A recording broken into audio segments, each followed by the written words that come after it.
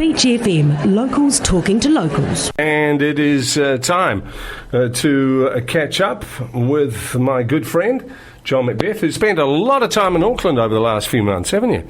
Yeah, they're doing the Bowl 3-5, which has been most enjoyable, I must say. You know, it's not a lot of bowls, aficionados and dyed-in-the-wool bowls. People have found it a little bit too light-hearted for them. You know, they wanted to have it really serious all the time and talking only about bowls. But the objective, as I've said to you previously, was to actually get people who aren't bowlers to sit down and watch it for a while and learn a bit about it and feel as though it's something that they could try. And it was interesting at the Raumati Bowling Club last week. We had a group from, I think it was Te Papa, using the club as for a pre-Christmas function, and they none of them were bowlers, but a lot of them had been watching Bowls 3-5, and they wanted to play the 3-5 game, and they ended up, one of the little sidelines in the TV coverage was that guests were asked to go out and have a try and draw the jack off a $100 note, you know, and these people wanted to do the same. They said, can we put some money down underneath the jack and try and draw that off and keep the money? So it's had that effect. So if a lot of clubs will be finding that, then it has had a really positive effect on. And speaking of Raumati, of course, a new rink going in there, isn't there? And it's much the same as the Otaki feel, isn't it? Pretty much the same, yeah, I agreed. And Tawa and those sorts of places which have put in new ones lately. It's all the sort of edgings, sidings have been just about completed now, and it'll sort of rest up over Christmas and New Year. We're anticipating that certainly this time next month we'll be using it. So that's great. You know, they're not cheap, and we've got to make sure we get plenty of use out of it, and that's the plan. So, yeah, it's exciting times. Oh, it'll be good. Once the two greens are together too, once this is all gone in, probably maybe in January, February, we could have a really good tournament there, couldn't we? You could get out there. Absolutely. Yeah, and that's what it needs probably, to let people know about it, you know? Yep. Yeah. So all those plans are sort of underway at the moment, and we're certainly looking at making sure that the new green is launched in reasonable fashion. Okay, let's talk a little bit of cricket now, which hasn't been very good as far as... This will be a short discussion. Well, it was really, wasn't it? But they're going to make changes, obviously, and they need to make changes, a couple in particular, but they really have to work a lot harder than they have been. I mean, they just weren't in the game. It shows how ordinary England were really too. And our conditions suit us, obviously. We got over there playing in 40 degrees is not what you want. And I think, losing the toss and batting and bowling for a day and a half or whatever they did, or 2 days, was, it really tested the players. And some of them stood up to it really well. Our bowlers stood up to it exceptionally well. Wagner and Southey, and then de Grandhomme when Lockie Ferguson was injured.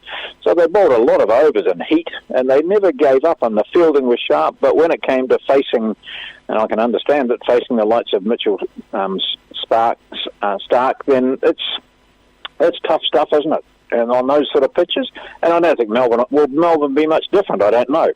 But it won't have done their confidence much good. No, I think it's about as paradise, really, where they're going to play, rather than where they've just played. So that'll suit. I mean, Tom Blundell's got to go into the side, and I think he'll shoot in, and he'll probably open the batting.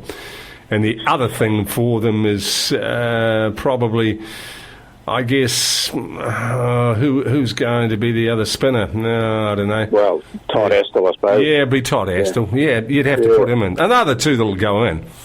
Yeah. Well, it'll be interesting, because do they give Jeet Raval another go? I really don't know. No. Is that his go?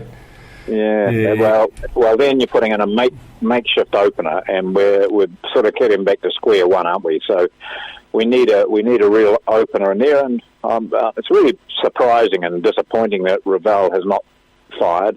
I think it's clear that his confidence is down, particularly when he walked when given out, when in fact he should have used the TMO. So I think that's just affected him, and then it just gets into your head and you can't get out of it. So probably a rest is not a bad thing.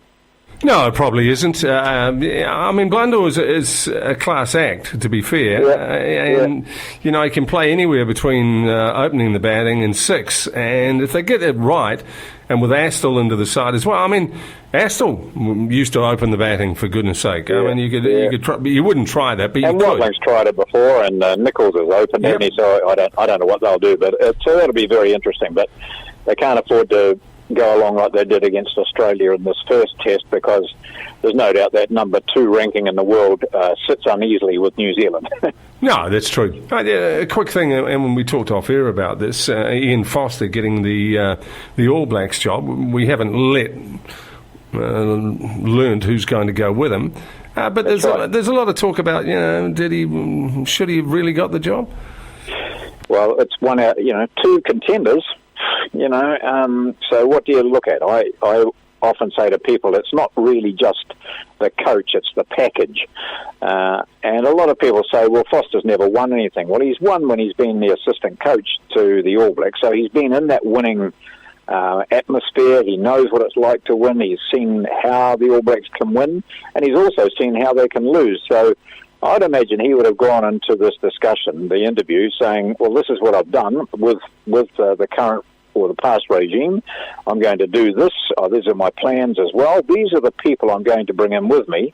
And we don't know who they are yet. It could be someone totally outside the John Plumtree sort of people who have been bandied around.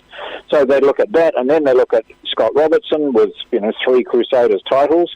What sort of crew was he having with him? You know, again, it might not have been exactly what they wanted, and maybe they just thought, let's go safer with experience and still give, you know, and that's obviously what they've done, safe and experienced. Yeah, you did right.